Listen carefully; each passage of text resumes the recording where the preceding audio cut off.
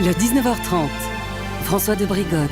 Bienvenue dans ce journal. Voici les titres. En Ukraine, à Mariupol, un bâtiment de la Croix-Rouge a été bombardé par la Russes. On fera le point sur la situation en Ukraine avec notre envoyé spécial Aurélie Didier.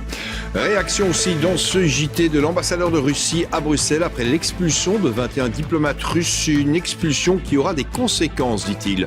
Pour les Ukrainiens qui arrivent chez nous, une complication. Il est très difficile pour eux de changer leur monnaie en euros. Au Parlement de la Fédération Wallonie-Bruxelles, un vote que certains qualifient d'historique sur la réforme des rythmes scolaires. La Fédération Wallonie-Bruxelles bouleverse donc son calendrier scolaire.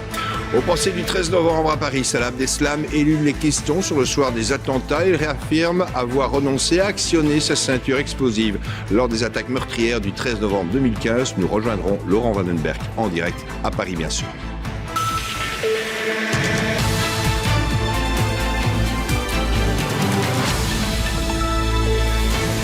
Bonsoir à toutes, bonsoir à tous.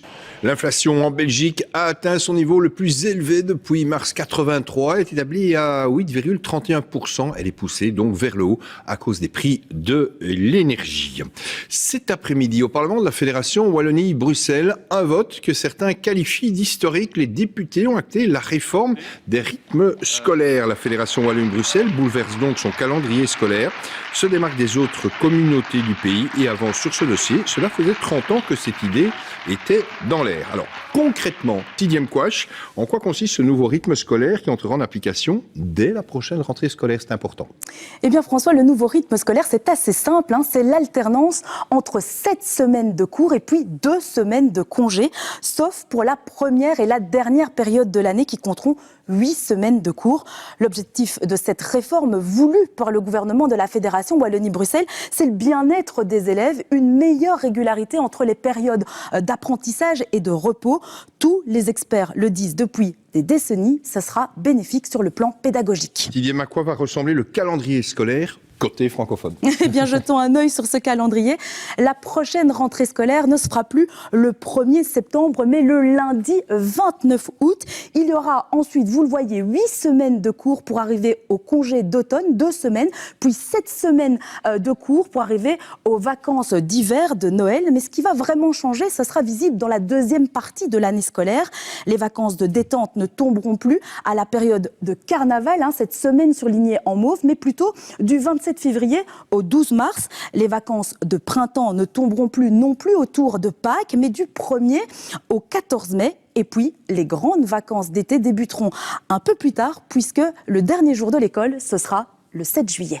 Merci Tidiem. À suivre dans ce journal, Israël enterre ses morts, craint une vague d'attaques après l'attentat de cette nuit qui a fait 5 morts. Santé, attention, il y a de plus en plus de cancers de la peau chez nous en Belgique.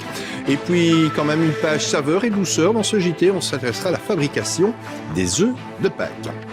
En cyclisme, Mathieu Van Der Poel a remporté ce mercredi à travers la Flandre à Waregem. Il s'est imposé au sprint devant le Belge Thijs Benoot.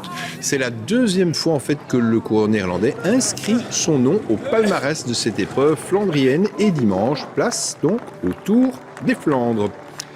Les lauréats des prix du journalisme 2021 du Parlement de la Fédération Wallonie-Bruxelles sont connus. Bravo, entre autres, à nos collègues Guillaume Wolf et à son réalisateur, Salvatore Guerrano, pour leur reportage sur les livreurs de repas, le titre dans les cuisines de la livraison de repas pour le magazine Investigation. Encore, bravo donc à eux deux.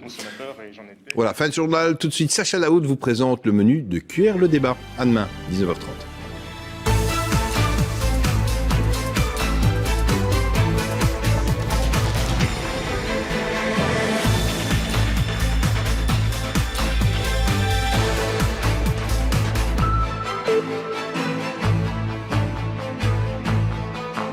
Et ce soir, dans la foulée du